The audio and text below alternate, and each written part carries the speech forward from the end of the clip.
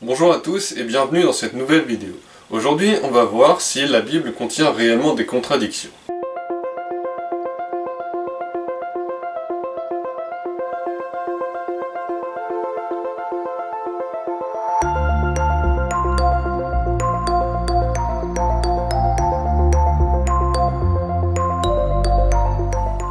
Certaines personnes ne veulent pas croire que la Bible est vraie, car pour elles, c'est un conte de fées rempli de contradictions. Et si effectivement c'est vrai, on a un problème. Car s'il n'y a ne serait-ce qu'une seule contradiction dans la Bible, ça veut dire que la Bible n'est pas entièrement vraie, et donc qu'on ne peut pas se fier à la Bible. D'abord, il y a des problèmes qui n'en sont pas réellement d'un point de vue logique. Certaines personnes affirment que la Bible ne peut pas être vraie parce qu'elle contient des miracles et que les miracles sont impossibles. Mais cela repose sur le fait que les miracles seraient impossibles.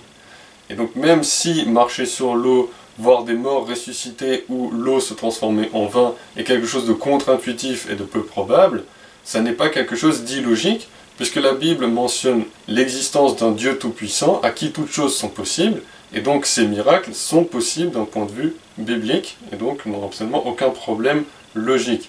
Le problème vient de la personne elle-même et non pas d'un problème présent dans la Bible. Par contre, pour les contradictions, c'est différent, parce que si on en a réellement, on a un problème. Alors, qu'est-ce qu'une contradiction?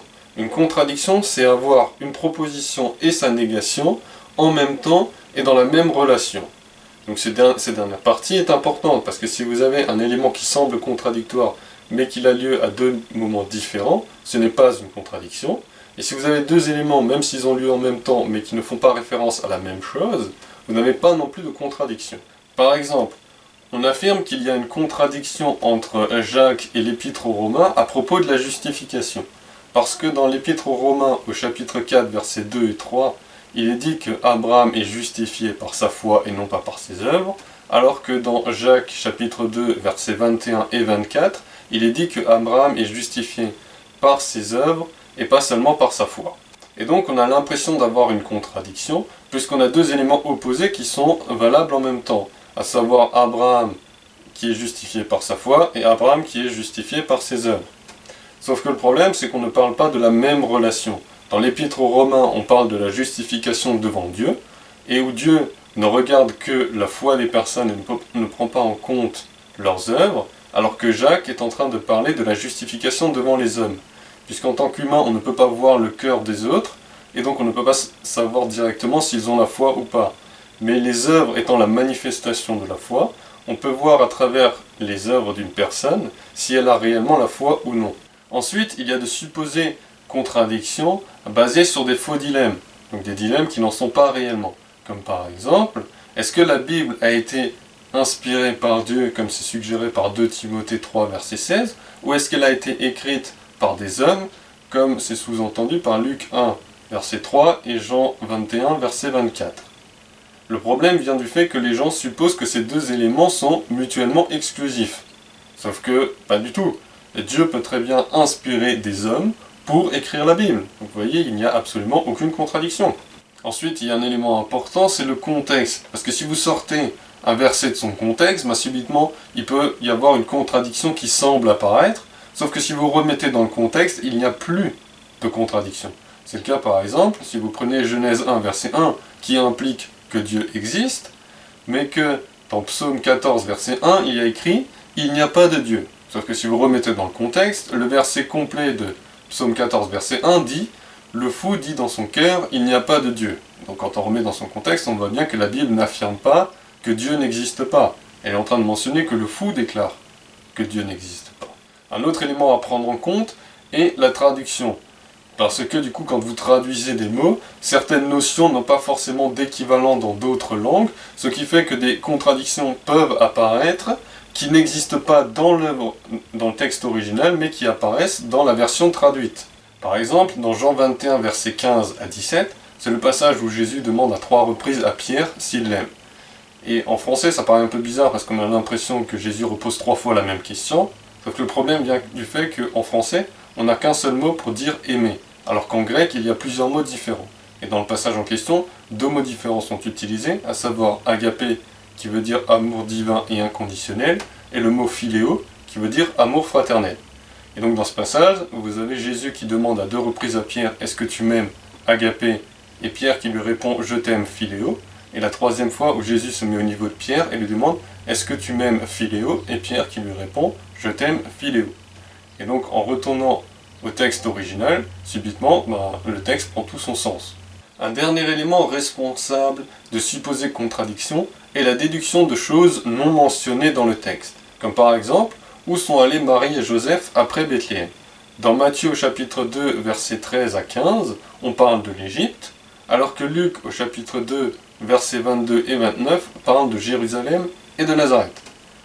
Et donc la plupart des gens supposent qu'on parle du même moment, sauf que dans le texte, c'est pas mentionné qu'on parle du même moment. Vous pouvez très bien avoir Marie et Joseph qui sont partis de Bethléem en direction de Jérusalem, puis à Nazareth, et qui sont ensuite retournés une 2e fois à Bethléem, et que c'est à ce moment-là qu'ils ont fui en direction de l'Égypte. Alors ça c'est une possibilité, il peut y en avoir d'autres.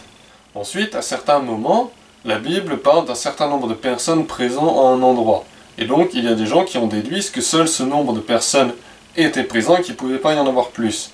Et donc des contradictions semblent apparaître parce qu'en fonction des épîtres par exemple, vous n'avez pas le même nombre de personnes mentionnées.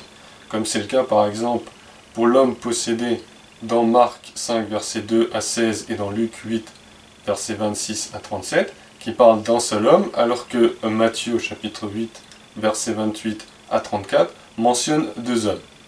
Donc on a l'impression qu'il y a une contradiction, puisque d'un côté il y aurait un homme, de l'autre il y en a 2. Sauf que Marc et Luc n'ont jamais précisé qu'il n'y avait qu'un seul homme. Ils en mentionnent qu'un seul, mais ça ne veut pas dire qu'il n'y en a qu'un seul. Il peut très bien y en avoir 2, et que seul l'un des 2 est mentionné par Marc et Luc. Maintenant, j'aimerais qu'on applique ce qu'on a vu précédemment à un exemple de supposée contradiction. À savoir, de quelle couleur était le manteau que portait Jésus au moment où les soldats romains le maltraitaient juste avant qu'il soit crucifié. Parce que dans Matthieu, au chapitre 28, verset 27, il est indiqué qu'il portait un manteau écarlate, alors que Jean, dans son évangile, au chapitre 19, verset 2, mentionne un manteau pourpre. Donc, de quelle couleur était-il? Écarlate ou pourpre? Alors, certaines personnes, pour essayer de résoudre cette contradiction, supposent que Matthieu ou Jean étaient daltoniens et du coup qu'ils voyaient mal la couleur du manteau. Ou une autre hypothèse est que le manteau en question était bordeaux, et donc qu'en fonction de la luminosité et de la distance à laquelle se trouvait la personne, il pouvait être un peu plus rouge ou un peu plus violet en fonction de l'observateur. Alors ça ne marche pas, parce que dans la version originelle, en grec, les mots utilisés pour désigner la couleur du manteau ne sont pas les mêmes dans Matthieu et dans Jean. Matthieu utilise le mot kokinos, qui vient de la racine kokos, qui veut dire graine, sachant que la couleur écarlate est obtenue à partir des œufs de la femelle d'un insecte appelé kermès, qu'on appelle également graine d'écarlate, alors que Jean utilise le mot porphyroun, qui a pour racine porphyra, qui est une espèce de moule qu'on utilisait pour faire la couleur pourpre. Le mieux pour comprendre de quoi parlent Matthieu et Jean est de retracer la séquence des événements depuis l'arrestation de Jésus au jardin de Gethsémani. Après son arrestation, il est amené devant Anne, qui est l'ancien grand prêtre. Ensuite, il comparaît devant Caïphe, qui est le grand prêtre en place à ce moment-là. À l'aube, les chefs des prêtres et les anciens décident de condamner à mort Jésus. Et donc, ils l'amènent devant Pilate, puisque les Juifs n'ont pas le droit eux-mêmes de déclarer à mort quelqu'un, il faut qu'ils aient l'autorisation du gouverneur. Pilate va interroger Jésus, et quand il apprendra qu'il vient de Galilée, il va l'envoyer à Hérode, qui se trouvait à Jérusalem à ce moment-là. Hérode, à son tour, va interroger Jésus et va lui demander de faire des miracles. Comme Jésus refuse, lui et ses soldats vont se moquer de lui, puis le renvoyer à Pilate. Jésus comparaît à nouveau devant Pilate, qui va le condamner à mort. Ensuite, les soldats romains vont déshabiller Jésus pour pouvoir le fouetter, et c'est à ce moment-là que les soldats vont lui mettre le manteau écarlate, qui est probablement une cape que portaient les gouverneurs généraux et autres officiers romains, dans le but de se moquer de la faiblesse physique de Jésus. Ensuite, un des soldats a une idée particulièrement sadique. Il va confectionner une couronne à partir d'épines et la poser sur la tête de Jésus. C'est probablement un soldat qui était présent lorsque Pilate a demandé à Jésus s'il était le roi des Juifs, à laquelle Jésus a répondu par l'affirmative. Et donc c'est à ce moment-là que les soldats vont lui mettre ce manteau pourpre, parce que le pourpre est la couleur de leur royauté. Et donc avec la couronne d'épines, le manteau pourpre et un roseau faisant office de sceptre, le but des soldats était de se moquer de la royauté de Jésus. Donc on voit bien qu'il n'y a pas de contradiction entre Matthieu et Jean, puisque Matthieu et Jean ne parlent pas du même manteau. Et donc au final, les contradictions qui apparaissent dans la Bible n'en sont que au premier abord. Une fois que vous commencez à creuser, ces contradictions finissent par complètement disparaître. Voilà, c'est tout pour aujourd'hui. J'espère que cette vidéo vous a plu. Si c'est le cas, n'hésitez pas à laisser un pouce bleu et à partager la vidéo. Si vous avez des remarques ou des questions, ou alors même des sujets de vidéos que vous aimeriez que j'aborde, n'hésitez pas à le laisser dans les commentaires sous la vidéo. Sur ce, je vous souhaite une bonne journée.